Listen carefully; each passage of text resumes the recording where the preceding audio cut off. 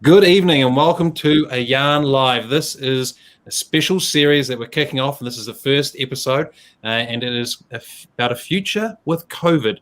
So right now, New Zealand is under level 4 lockdown, and we had the announcement that we're going to be extending level 4, and we've obviously got Delta in the country, and it's raised the discussions again. And of course, there are a diverse range of perspectives out there, which are to be respected and listened to. So with the suggestion from another Sir Ian Taylor, he said, why don't you frame it up as Talanoa rather than a yarn, Talanoa? So we'll get all the branding swapped over. We just couldn't get it done in time, but we'll get it swapped over to Talanoa Live to really reinforce this concept that it is about listening, and notice that word comes first, and sharing with respect. So, I couldn't make the point any stronger. As I said, even the views that I don't agree with, I'm going to be listening to, respecting, and exploring through discussion. So tonight we have our first two special guests, and you'll probably recognise both of them, or at least a large number of people in my audience will. We have the Grand Amigo, Sir Ray Avery, and we also have Kaye Maree Dunn, Kaiwhakahaere from making everything accessible. I'm going to have to let you do that part. But with that, I'll go with the old traditional ladies first. So Kaye Maree, if you could introduce yourself for everybody, then we'll go to Ray, and then we'll kick off with what your particular focus is for about 5 minutes each. About 5 minutes, might be 6 or 7, but about 5. And then we'll come back to group discussion and throw bits and pieces about, answer questions, comments if they've risen up in the time, and generally respectfully share and listen to all these different focuses or perspectives. So with that, I'll hand over to you, Kaye Maree. Oh, tēnā koe, kia ora tātou. Tutahi mihi tēnei ki a koe Ryan, ki a koe Matua Ray. Kia koutou kua kia mātakitaki mai tēnei kōrero, ngā mihi koutou kia koutou. Ko Kaye Maree Dunn tōku ingoa, kua hau he uri no te taitokero, no Waikato Tainui, ngai tāmanuhiri me Ngāti Kahungunu, kua hau te kaiwhakahaere o te kamupene, ko making everything achievable. So kia ora everyone, it's a real privilege to be here. I'm very, very pleased to be in this conversation beside Ray Avery. I have been watching and seeing a lot of his feedback on the COVID-19 response. I'm really interested to be here to learn. I love that this is Talanoa. So Talanoa in Te Reo Māori is, I think, whakarongo and wānanga. So I think that we're going to be having a good opportunity to listen and learn from one another. Kia ora tātou. Well, thank you very much for introducing yourself and giving us that rundown and a bit of your perspective. Look forward to hearing more from you shortly. And now if we could invite you, Grand Amigo, so Ray, to introduce yourself. And as you're probably pretty well known, if you could give people a little bit of context to your background, I stole some off your LinkedIn profile and you dropped some into your posts. But if you could give everyone, in case they don't know your background, a bit of an idea as well as as part of your introduction.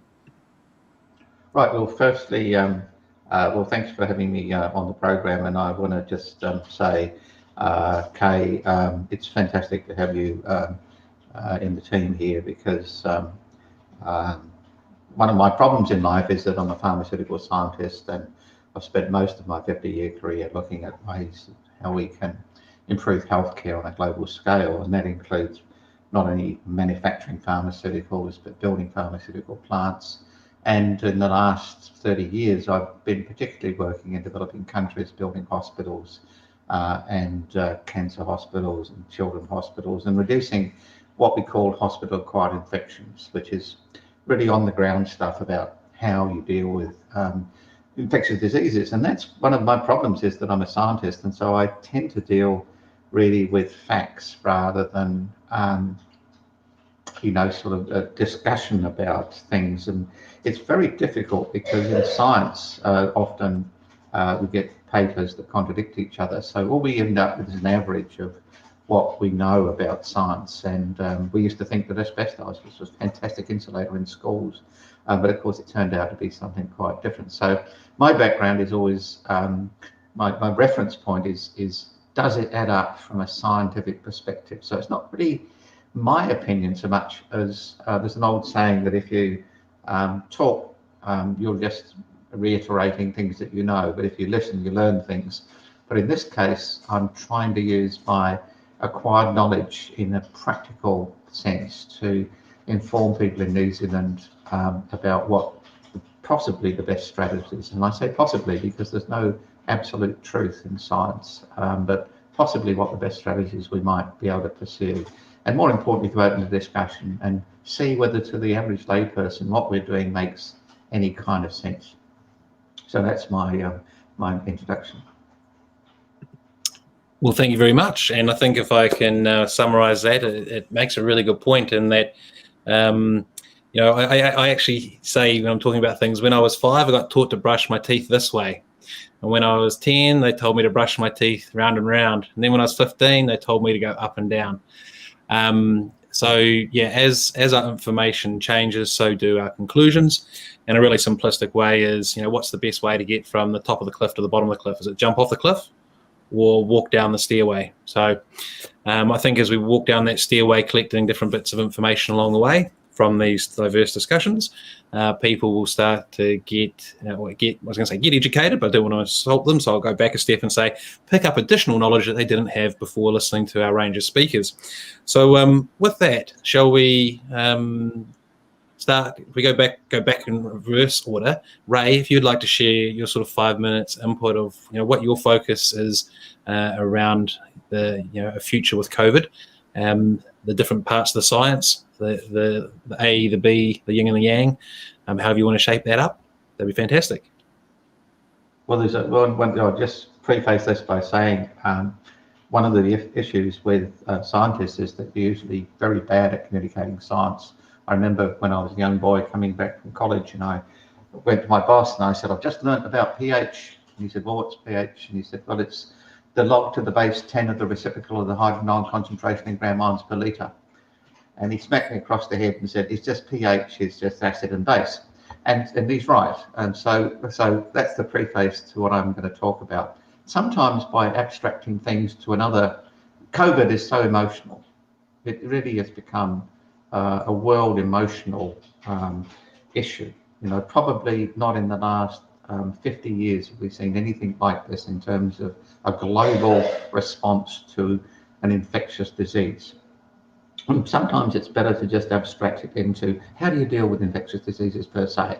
And I've been doing this all my life pretty much, trying to stop bugs getting into your pharmaceutical products, trying to stop bugs killing people in hospital-acquired infections. And so a good way to exemplify that is that, and I'm going to have some fun here because Auckland is the global centre for venereal disease in New Zealand. Chlamydia, syphilis and gonorrhea. I mean, these guys are just going out there spreading this like crazy. So how do you deal with that? I mean, you could, certainly we don't want somebody from Auckland who's infected with gonorrhea going down to Palmerston North and infecting all the girls down there. That would be terrible. So we could stop that simply by stopping everybody moving. We could shut the whole thing down. Or we could have a look at what we could do to mitigate the causal effects of that and actually treat the first source of the disease. There's a thing in pharmaceutical science which talks about failure mode cause risk analysis. And that is, what is the root cause of all the problems that we've got? And so the root cause of this problem is that we've got this disease that infects people, but we need to work on what that really means. So even in New Zealand, and I'll show you something, I don't think you can probably see it on the camera, but we'll have a look. It doesn't show it particularly well, but I'm going to read it out to you anyway. This is from the New Zealand Medical Journal. It talks about your chances of dying from COVID. You're not going to die if you get chlamydia. We can protect you from getting chlamydia by giving you a condom, and if you wear it, it'll be okay. But the problem is getting everybody to wear a condom if they're infected is actually quite complicated. So it's very complicated to try and mitigate some of these infectious diseases. But what you have to focus on is just how you've got to have a remedy for the disease and understand the epidemiology of the disease. So what we know right now, based on New Zealand statistics and global statistics, is if you're under the age of 50 years of age, your chances of dying of COVID are about the same as flu. If you are, say, 0 to 19 years of age, your chances of dying from COVID in New Zealand are 0.00. And that's where we get this issue with some of the treatments that we're applying. So right now, the New Zealand government has said that kids between the age of 13 and 15 can make their own decision about whether they want to be vaccinated against COVID. What the European community has said, and the UK and the Centre for Disease Control, is that the risks of side effects from vaccines is about 0.25%. So if you vaccinate a kid who will not die of COVID, you're putting them at risk of having a kind of secondary effect, which may cause them to have adverse healthcare outcomes. So it doesn't make sense. That's why they've said, we don't recommend in the UK that you vaccinate your kids. The only reason that you would vaccinate your kids, and that's what the New Zealand government has decided to do, is that it would protect other people from getting infected. So my thesis is, if we were looking at a control strategy for COVID, it would be far more sensible to focus on protecting the people that are most vulnerable. I mean, an 80-year-old woman living in Rotorua is not likely to be worried about getting gonorrhea. So we really need to actually focus on people that might get an infectious disease and be dying as a consequence of that. And that leads us nicely into the stats for COVID as we know them on the global stage. And that is, if you're 80 years or over, your chances of dying from COVID are about 7%. And so that's worth protecting people, from. So we need to protect certainly the age particularly. But I think there's another part here which is important for us to understand about how COVID affects people. So for instance, if you are European in New Zealand, these are from New Zealand stats, and you're 80 years old, you're 6.7% chance of dying of COVID. But if you're Māori, you'll be twice that figure. So Māori will be twice as likely to die of COVID at the age of 80. And that really underpins the problem with the disease. It affects the weak. It affects weak people. And this is the truth. I'm the only person in New Zealand that's had, I think, probably 500 blood tests for my T and B cells because of the trials that I've done over the world over years. And what I've got is an abnormal white blood cell count. What that means is that if a bug comes into my system, I will kill it, because I've had yellow fever, I've had all sorts of things. I've got a natural immunity that I've built up for all these infectious diseases. And we know that normal immunity that's community transported is much more beneficial than vaccines. I'm not saying we don't need to do vaccines. I'm just saying that we're all different. And so my ability, if you give me a vaccine, I might respond quite differently than somebody else. So there's risk factors. As a scientist, I look at all of the statistics, and most people don't know, and we don't hear about this because you're not working in my industry, but the factories that are producing the vaccines right now have had the most recalls for products for poor quality control. And you can imagine that if you're making much more than you normally do, then you need to actually, you take risks because you need to get the volumes up. So both the guys at, and I can't remember the exact stats, but both Pfizer and a number of other ones have had FDA recalls and had to dump products because there were problems with mold, even mold in some of these are automatic production lines, and if they're not sanitized quite accurately, they can have problems. So we've got to marry up this risk benefit of what we're trying to do. So if it were me and I was starting from scratch, I would have protected those people that are most at risk rather than sequestering the whole country. And I think that what's happening on the world stage is we're seeing that played out. We're seeing that played out in Europe. I mean, just today, Scott Morrison was saying that our elimination strategy is not sustainable because that's their experience, that we will keep. I think New Zealanders probably feel that if they got into the 6th level of shutdown and there was no ability to fix it, we'd all start going in the street as they have in Melbourne, because they've been locked down for 6 months with no real mitigation. Let me just jump in there, because I want us to be cautious of the ideas that we're sharing here today. and to mention that New Zealand might do similar to Australia or other places. I'd rather we stay away from making suggestions or putting ideas in people's head, because we're fortunate by being a much smaller population. I think that with any bell-shaped curve, the more the number inside it, the greater the extremes at each end. So you have a bell-shaped curve of 100, you got extremes, I think, of plus or minus 3 at each end. If you have a bell-shaped curve of 1 million, well, you got, what is that? I can't do maths, but 3,000, 30,000, 3 million, I don't know. But the numbers start getting bigger. So if one person decides, I'm not very happy, that's okay, they go talk to someone. If 30,000 or 30 million people decide they're not very happy, then yes, it's a bit hard to change the direction of that elephant. Well, I think you touched on something that's very important, that is that comparing data from the Northern Territory to New Zealand is irrelevant. What we do know about transmission of infectious diseases is that there are a number of factors at play, and one of them is environmental. So if you have low temperature and low humidity, you transport this virus over much larger distances than you do if you have a high humidity. And population density is another factor.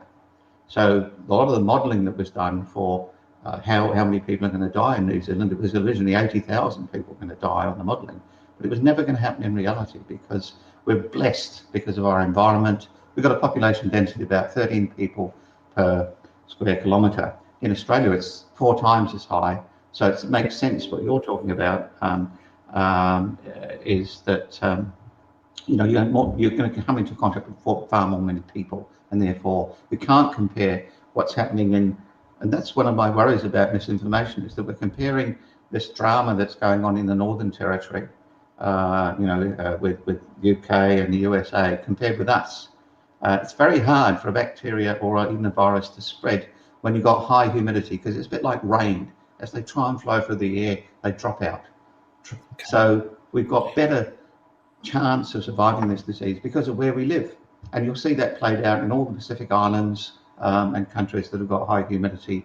It's only with low temperature and low relative humidity that we see really massive transfer of these bacteria and viruses across.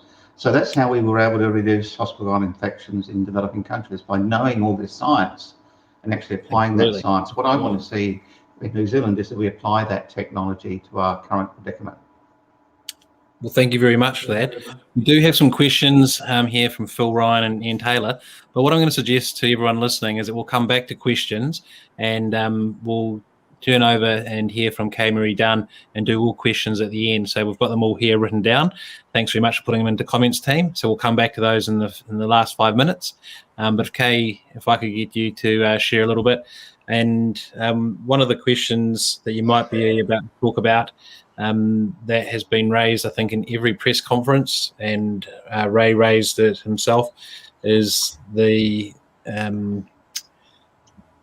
if I'm not getting my words wrong, propensity or the risk for Māori being higher than Pākehā, I think is the right separation. Correct me if I'm wrong. Could be just Māori are at greater risk. And as you've just mentioned, Ray, environment's one thing. There's all these different factors. What are the factors that make that so?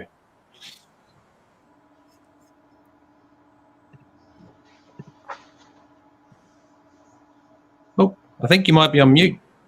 Sorry. Kia ora, thank you for sharing your insights. So kia ora, everybody. My name's Kaye Maree, and I mentioned earlier I'm the Director of Making Everything Achievable, and our involvement with COVID, I guess, is part of an army of really hard kaimahi in our communities, and we've picked up the servant role of our iwi collective in Te Taitokerau in the north, for Te Kahua Taonui. So we oversee and manage the communications to serve our 11 iwi in the north.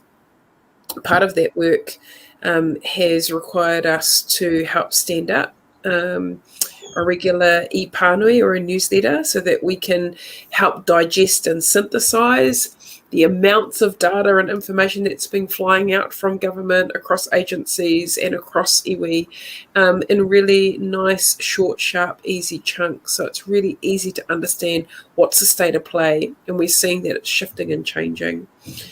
I want to acknowledge Te Kahua because as a collective, and there are many other collectives across Aotearoa, and this is where whānau hapu iwi groups, marae groups have been able to come together during these unprecedented times and collaborate in ways that we've not seen quite possibly since World War II, where we may have not always been kind to our cousins, but we had to come together because the joint enemy was COVID. So when we talk about statistics or numbers, for me personally, that's somebody's grandmother, grandfather, brother, sister, child, and therefore any number, any New Zealander's life that is lost as a result of COVID-19 is a loss to our nation. So for us, in regards to how might we go about protecting our region, our communities pretty much got into action really quickly. One of those was a volunteer force called the Taitokerau Border Control, where they stood up beside the police, but actually it was quite a lot of tension because as Māori who will assert their own authority in their own tribal jurisdictions will say it is our responsibility to do whatever we can to ensure that the illness does not come into the region. Now, of course, a lot of conversation has been had where iwi Māori have said, close the borders. If you wanted to eradicate the illness, we should have closed the borders. But that's a whole other conversation. However, those have been the high-level discussions that have been brought to government. And then, of course, how might we then protect our region? So I want to acknowledge the Taitokerau Border Control because, again, off their own bat as volunteers, they were doing 24/7 checks and making sure that the people that were coming into the region were supposed to be there. And we saw from this last lockdown in 24 hours, hundreds of Aucklanders left their homes in the city and they took off to different locations, and many of them actually came to the north. And unfortunately, we weren't able to stand up our regional response as quickly as we'd like because of resourcing issues, etc. So the other part of our role is to ensure that people get trusted information. And so one of the concerns that I'm really seeing at the moment is whānau member against whānau member, neighbour against neighbour around misinformation. And the misinformation that we're seeing in our space is a whole lot of conspiracy theories about the dangers of the vaccine. And today, I'm quite pleased to say I got my very first shot today. And for me personally, that's quite a significant shift because I've been sitting across this COVID-19 response for some time. I'm lucky enough to have access to a lot of information. But at the end, I chose to take the vaccination. One, even though I know it's a Delta variant and it's different, but I wanted to do my part to help boost my own immune system. But secondly, I just didn't feel comfortable if we're going to be helping whānau make a decision. We don't force people to make a decision, but if we're going to be communicating and encouraging whānau to do the right thing, not for themselves only, but for their community, then I also had to be pono and truthful and actually do the same myself. But misinformation and disinformation is really, really, really dangerous.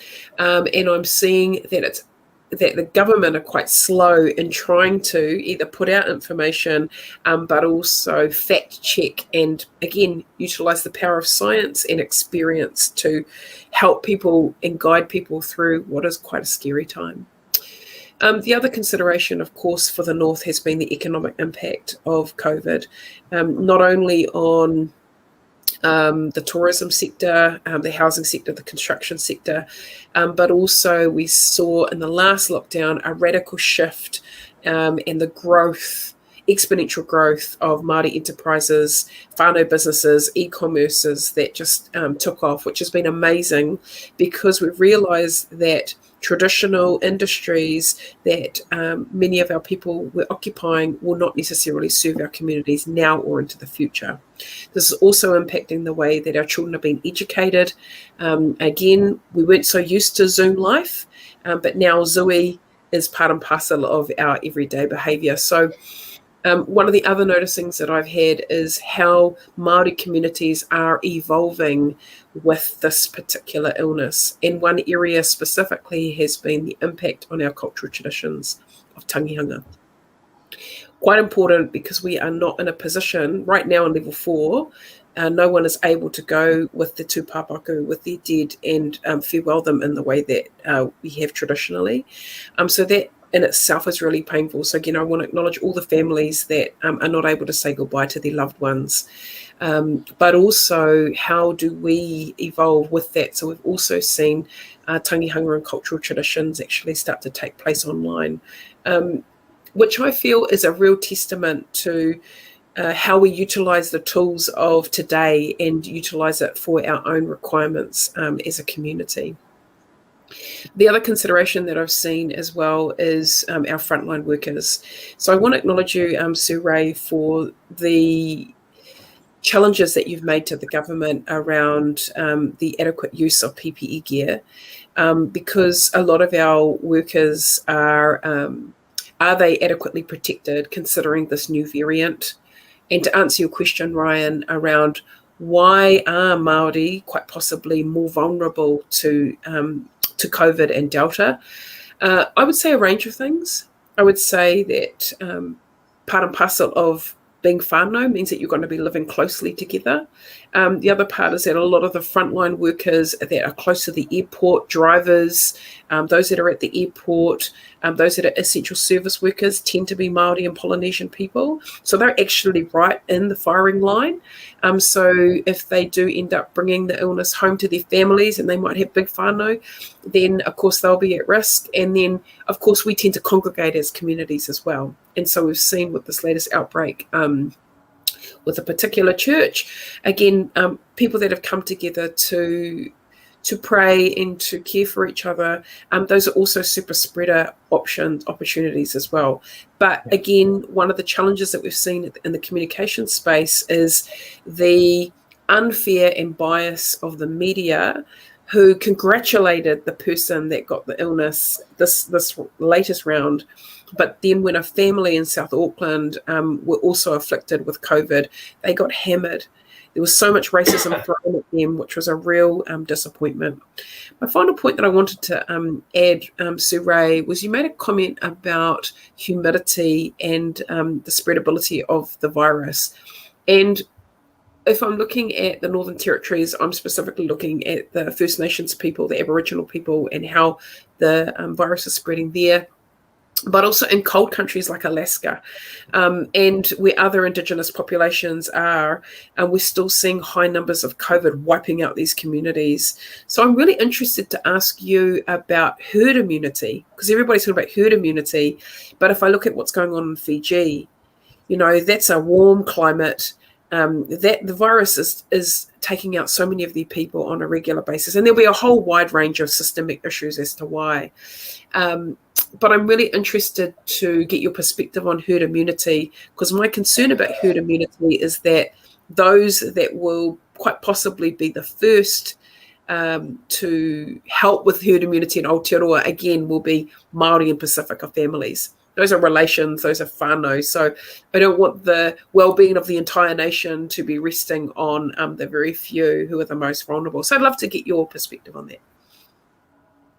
Do you want me to respond to that, Ryan? Yeah, please do. Go for it. Okay. Well, you raised a number of points, and it's great actually. And unfortunately, it's a complex algorithm. You know, the physics is that we know that humidity. The country with the highest hospital-acquired infection rates in the OECD is Canada. And that's because of this issue with the humidity being not there, but in New Zealand we're the second highest, but we've got humidity. So how have we got the second highest rate of hospital-acquired infections next to Canada? And the reason for that is that our hospital systems are not trained to deal with infectious diseases, and that's the reason for the high death rates. But you've got to talk about two different things here. There's death rates and there's infection rates. Infection rates don't mean you're going to die. You know, if we look at the stats for this thing, most people under 50 will not die of COVID. So the more people under 50 that get infected, the more you will have high herd immunity, and it'll all be perfectly fine. But we don't want Mrs. Smith in the rest home to get it. So the best way we can stop her getting it is to go when you do. Right now, there's a nurse dealing with a patient in a rest home not wearing a mask. And what I've been advocating is that we need to make all the frontline workers, including midwives, start to be trained in how we prevent infectious diseases. And so our Prime Minister has told us that we can go out jogging. And I got to the end of the road with my girl to take her out because she was going stir crazy. We got to the traffic lights and had to stop. A jogger appeared without his mask on against all of us who are masked up. And so that's how simple it happens. I can prevent hospital-acquired infections if I get everybody to follow the rules. But they really do have to follow the rules. They have to go in with we have overshoes going into our hospitals. We have complete PPE, we have masks, we have hoods, head covering, and they know how to don and doff this stuff. With the right with the right sanitisation agents, we can prevent hospital-acquired infections. You're probably safer to go into one of my hospitals in Nepal than you are to go into a hospital in New Zealand, because we've got the second highest hospital-acquired infection rates in the developed world. And that's because we're not prepared for it. So if we're going to go down an elimination strategy, I want to see the government boost up. We used to, when I arrived in New Zealand in 1973, we had one of the highest bed to population densities in the world. We had more hospital beds than most other countries in the world. Right now, we're right at the bottom. We don't pay our nurses. We don't look after our nurses. We are going to be in deep shit if we don't actually start looking after the tertiary. The reason that people have died in Fiji is because there's no respirators. I was up there when I was doing my research, my incubator, and the systems are munted. There's nothing there. The people don't even have a thermometer in some of these clinics. And that's why they're dying. It's not because of humidity. So it's a complex algorithm. And the problem we have with the Maori community is because, as you said, they're like the Greeks. They're all together. The reason that in Melbourne they had such an outbreak was because the Greeks don't give a shit. They congregate. They have to kiss each other. They won't be isolated. And the Maoris are the same. They will always go together and be whānau and look after each other. So we've got some social problems we need to overcome. But some things that are very pragmatic and very simple. Wearing a mask, which is an N95 fitted mask, you can walk through a battlefield of COVID and probably come out okay.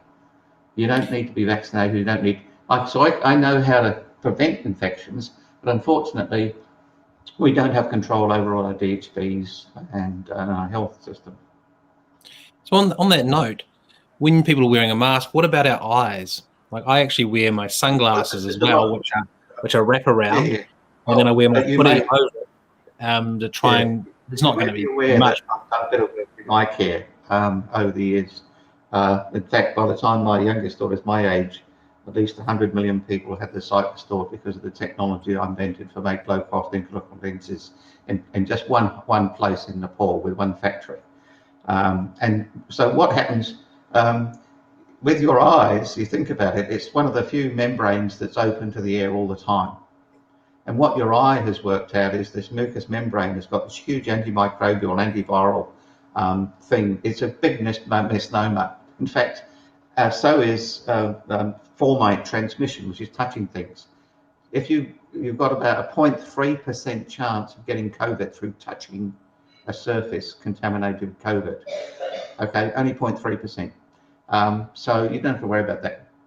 And in your eye situation, it's even probably less. There's a bacterial agent in your eye which will stop most things. Because you scratch your eye and nobody does anything with it. It actually heals itself. That your vitreous has actually got this coating over it. So a mask, a visor is great because it will actually protect you from getting splashed by people, getting it onto your skin, and then you touch your skin and you might put it in your mouth.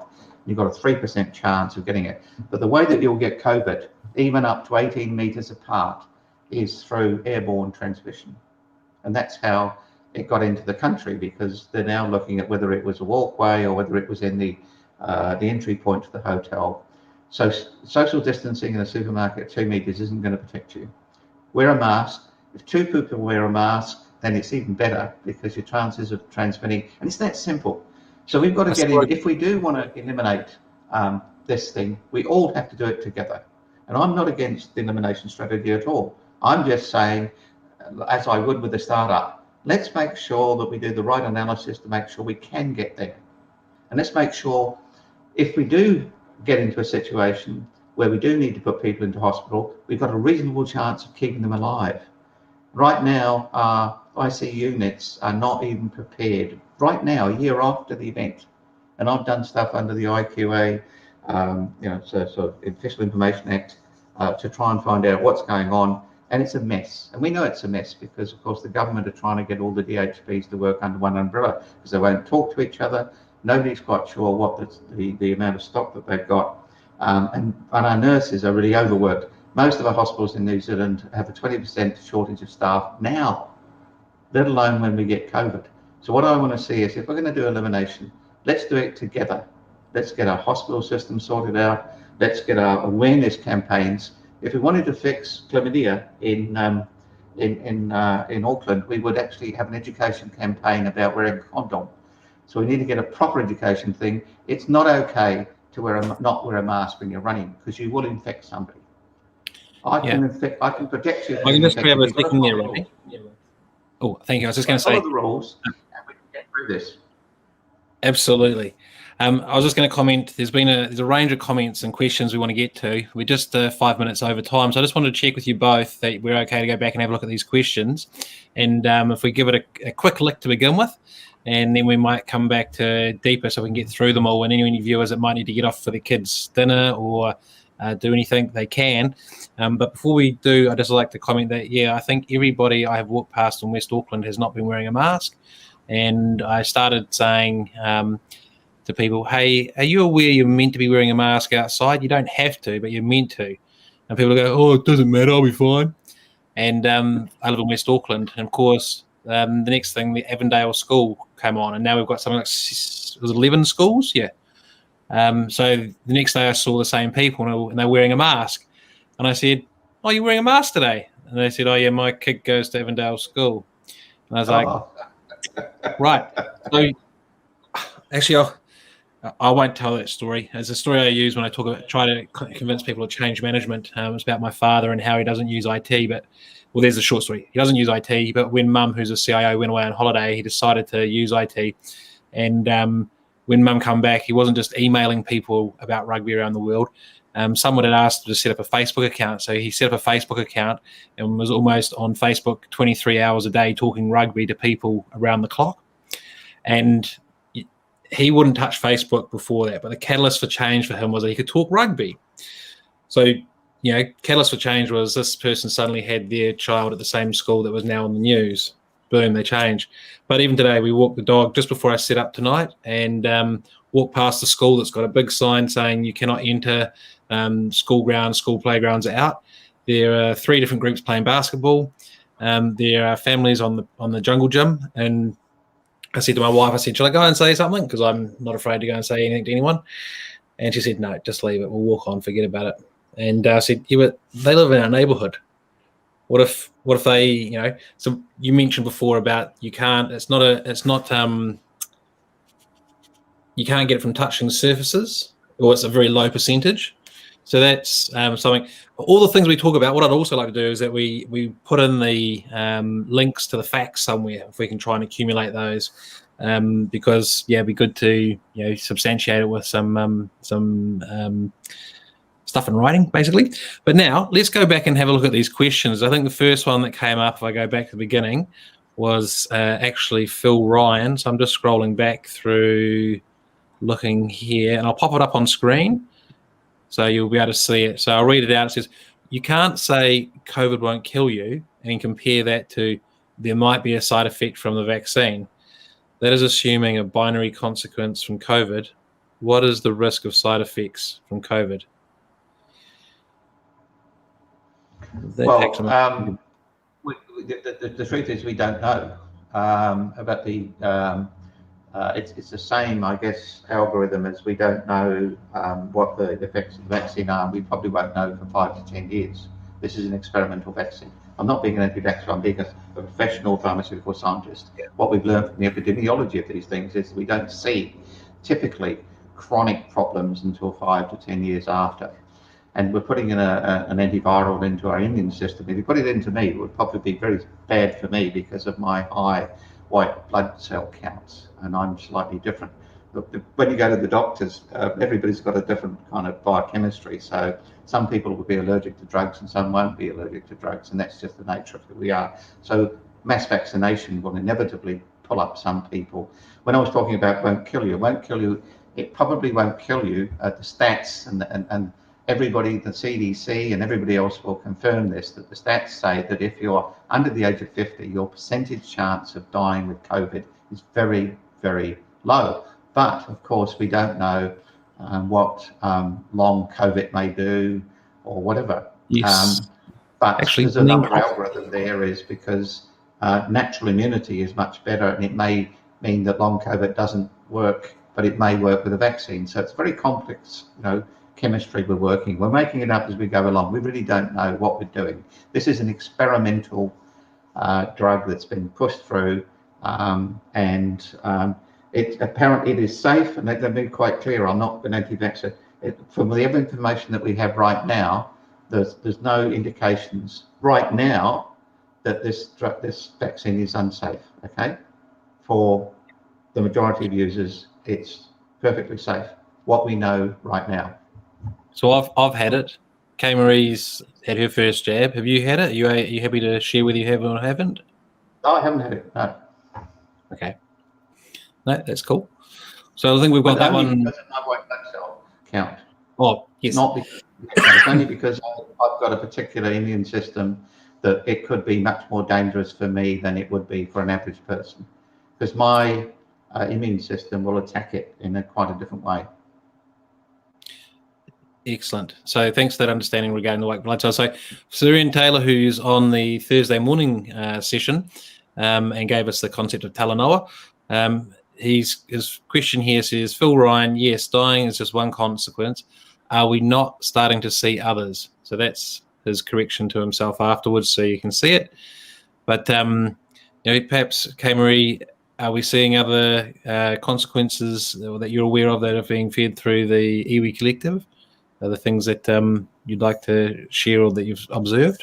Well, I mean, that's the worst consequence of the illness, of course. But as I mentioned earlier, there are significant economic impacts where families are really struggling. And right now, in the north, mental health and suicides are of significant challenge at the moment, as well as the rise of domestic violence, which I know is an area close to your heart, Sir Ray. So we are seeing a concentration of all of these social issues really bubble up to the surface during this time.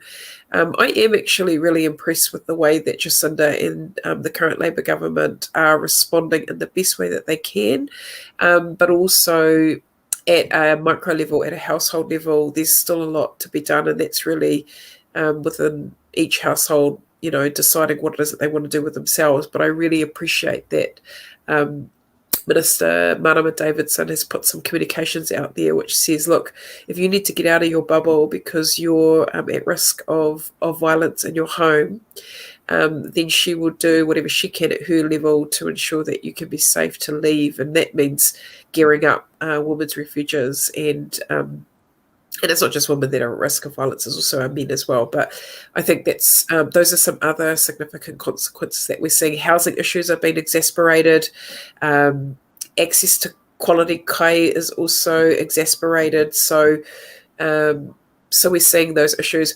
On the flip side, also, I want to say that even though we have a tendency to congregate together as a community, I'm actually seeing really, really wise practice where whānau have actually stuck to their own bubbles, utilising appropriate hygiene, encouraging their whānau to stay away. I think that the tricky part will be our tangihanga. How are we going to be able to grieve for our loved ones when we can't see them? Yes. I think what you raised is a very important thing, and what the question talks to, Celine's talked to, is that we really haven't done a true algorithm analysis of, when you try and do any operation of anything, you try and do a failure mode cause risk analysis. A good example is right now, you're more likely to die of surgery from prostate cancer as you are of the disease, because we've got very good at diagnosing it. But in many cases, the people will live longer if they didn't get the surgery. It's not the same for things like breast cancer. We know a lot more about diseases and how to treat them. And so in this case, we need to do an algorithm about what are the risk benefits of whatever strategies we apply. Right now, I mean, I was on LinkedIn and I was talking, some woman, a lady had put a blog up and said she'd lost 3 people in the last month to suicide that were good friends of hers. And I've personally lost 2 because of direct cause of lockdowns, because their businesses failed. They were in the hospitality industry.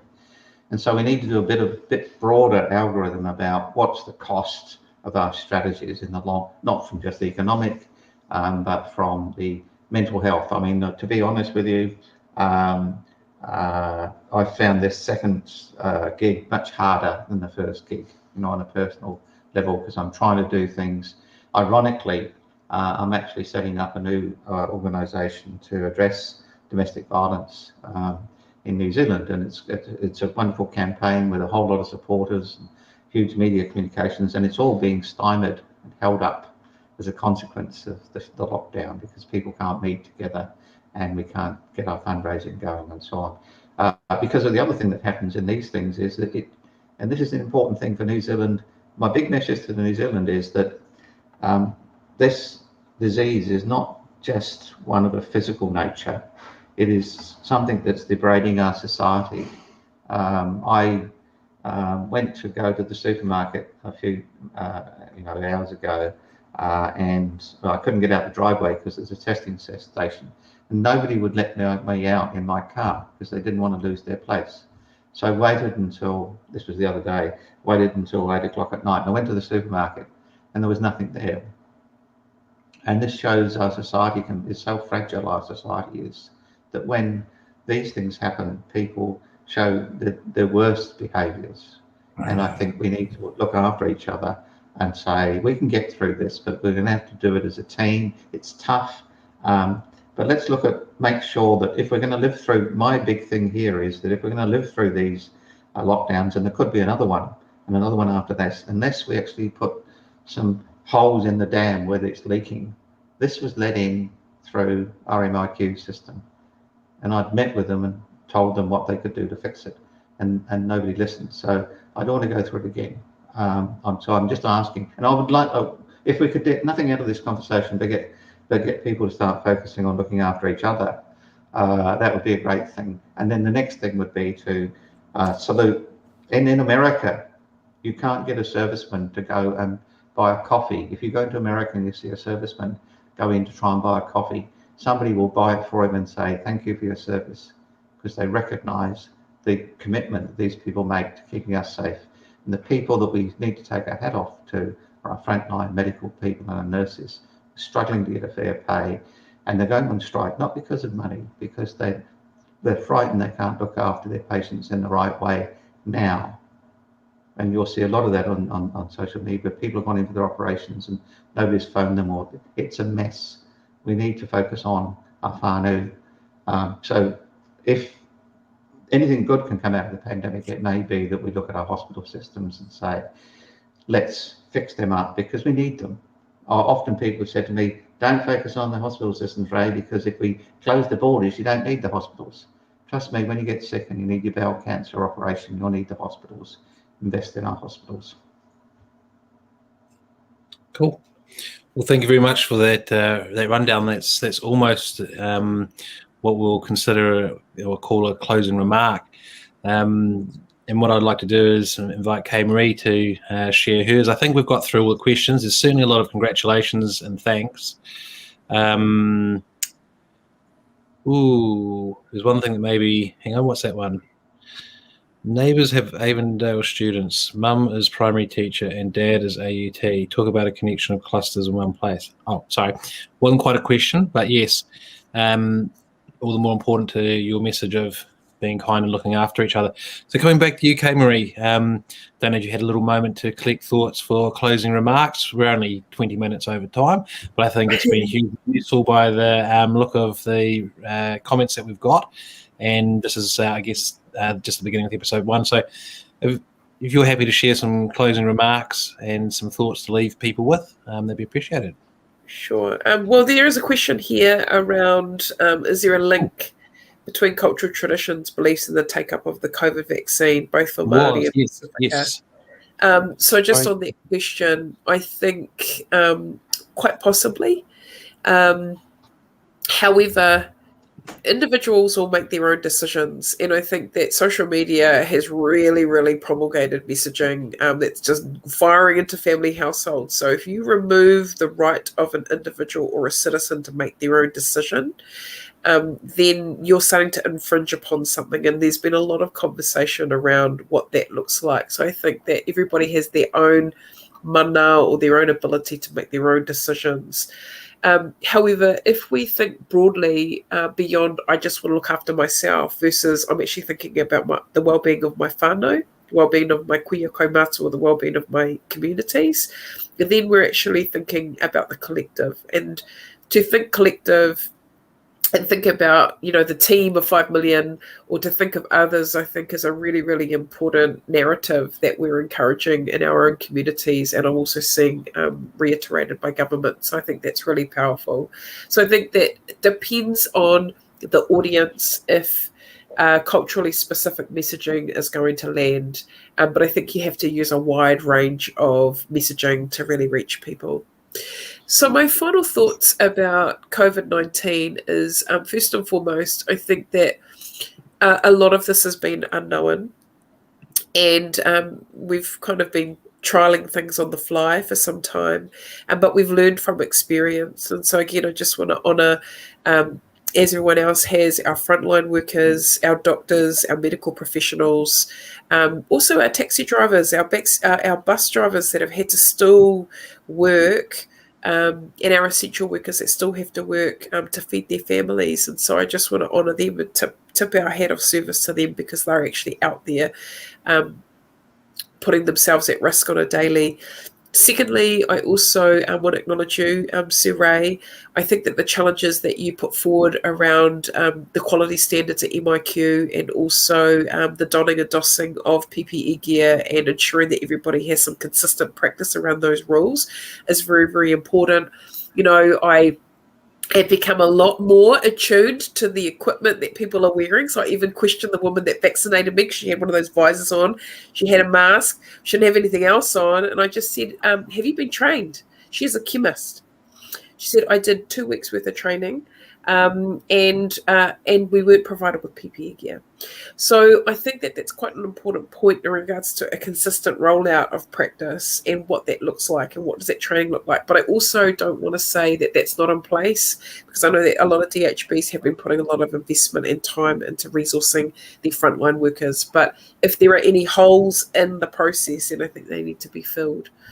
The final comment I also wish to make is a real hands-down acknowledgement to our tribal authorities, our hapu communities, and also our community workers, both online and in person, that have just been doing amazing things, whether or not that's highlighting what resources are available for whānau, people developing apps. There's a new app that's been built which helps people not be in line for long times, which I think was super cool, because I raised that issue at the last lockdown. I wish somebody had created this thing, and it's awesome. I think it's kind of magic when somebody actually builds it. So I was really grateful for that.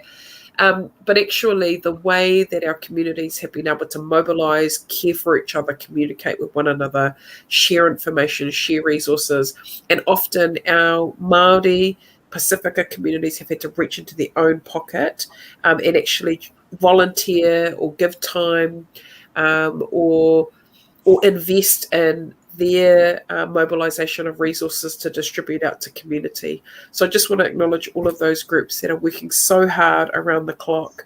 And I just really hope that you're looking after your well-being. We all nearly burnt ourselves out the first round because we just didn't know what was going on. We've got a little bit more information in our back pockets, but we're dealing with a different strain of this illness, and as Sir Ray said, it's airborne. So again, the practices that worked in the last round may not necessarily be appropriate for this round, and therefore I think we need to evolve our practice, and that's right across the board in regards to the way that we are going to be connecting and working inside our communities as well. So Mōri ora. Just one thing before we close, and that is to think, Ryan, one of the nice things that I spent a lot of my early life in orphanages, and I looked out at the world quite differently because I was, nobody paid attention to me. I didn't have any love or anything, but I understood how the world worked just by watching how people reacted. And one of the critical things here, Ryan, is that these kind of communication portals are very profound in that people often on social media or other platforms will say things in a way that they would never say them to somebody in front of them, you know, in terms, so there's a metering and metric that goes with personal communication, because at our heart we are humans. We might say something, or somebody might say something on social media that they'd never say to somebody's face. I call it the traffic light syndrome, where two people are driving along the road and one cuts one up and they go, "You fucking bastard, you fucking prick, you shit," and then they get to traffic lights and they go, and they won't admit that they've been an arsehole. And so this is the benefit of your kind of platform, Ryan, that nobody's going to be awful to each other because we're human. And what we need to do is get all of the whānau together and accept we've all got a responsibility to play. We may not know all the answers, and we may not agree on every little tiny minutiae, but one thing that happens when we get together is we do become a family. Yes, it's a very nice point. So I'll close out by thanking both of you, to Sir Ray Avery and Kaye Maree Dunn. Thank you very much for being on our first episode of Yarn Live, which is the special focus of a future with COVID, and the aim to share a range of diverse perspectives and views under the theme of Talanoa, beautiful concept of listening first and sharing views in a respectful way. And Kaye Maree, if I could get you to say the two words, whakaaro and wananga, is that the Māori, te reo Māori word for Talanoa? Well, I think Talanoa has its own magic and its own majesty. In my mind, I just heard whakarongo, and which is to listen with your whole being, and wananga, which is to sit with your cared ones, your loved ones, your elders, and just listen to their knowledge and take it all in. So it was a great wānanga, and it was awesome to Talanoa with you both. Tēnā kōrua. Thank you. And just to cap off, we're going to be running a series you might have seen in the post. We've got Thursday the 26th with Sir Ian Taylor, John Foote. There's a team, I can't think off the top of my head, all of them, but we're going to hear from them each with a different perspective. And we've also got David Downs on the 31st. Oh, and on the Thursday evening, we have what I'm calling the Town Hall, which is a Zoom call. Hopefully we can fill it with 500 people. We've got a range of speakers, including Brett O'Reilly, who's a leading business figure, runs the EMA and has been around all different aspects, talking to, I can't mention it, but talking to the PM on Thursday morning, so he'll have some good update for Thursday night for us. Not that I was allowed to say that.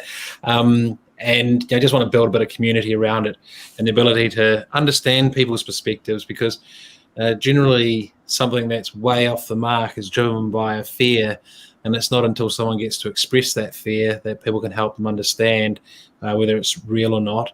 And this problem about misinformation you talked about, if someone comes out and says, what did Trump say? If you drink, what is it? I can't think of the word. Disinfectant. If you drink disinfectant, you'll clean up COVID. So if anyone's got any belief as crazy as that, those are the things that we're more than happy to hear. We're not going to rubbish them or rubbish the person. We're just going to help them understand the actual truth. So hope you all picked up that absolutely funny one from Trump, which was, if you drink disinfectant, that will save you from COVID. It won't. But we welcome all sorts of diverse conversation, discussion. Let people raise concerns. Let us answer them. Ideally, we'll get a range of links put in there as well for all the different facts and stats, so that we've got some substantiated stuff, and people don't take a snippet of conversation away and get the wrong end of the stick. Because of course, the thing I should say is that from perspective of Hugh Quiet Yarns, I would have to refer back to the Ministry of Health as the official guidelines. If anyone has any facts or questions that they'd like to query on that, then I direct them to go through the official channels of the Ministry of Health to get anything changed, updated, corrected in addition. Now, I know that might not work for everybody, but I think that's a safe way to play it for now, and of course collect all these opinions. So with that, if we could say a collective ka kite anō to everybody, and we can then head off to our dinner. So we're ready on a 1, 2, 3? 1, 2, 3. Ka kite anō. Ka kite koutou. Bye. Thank you. Bye. Thank you so much.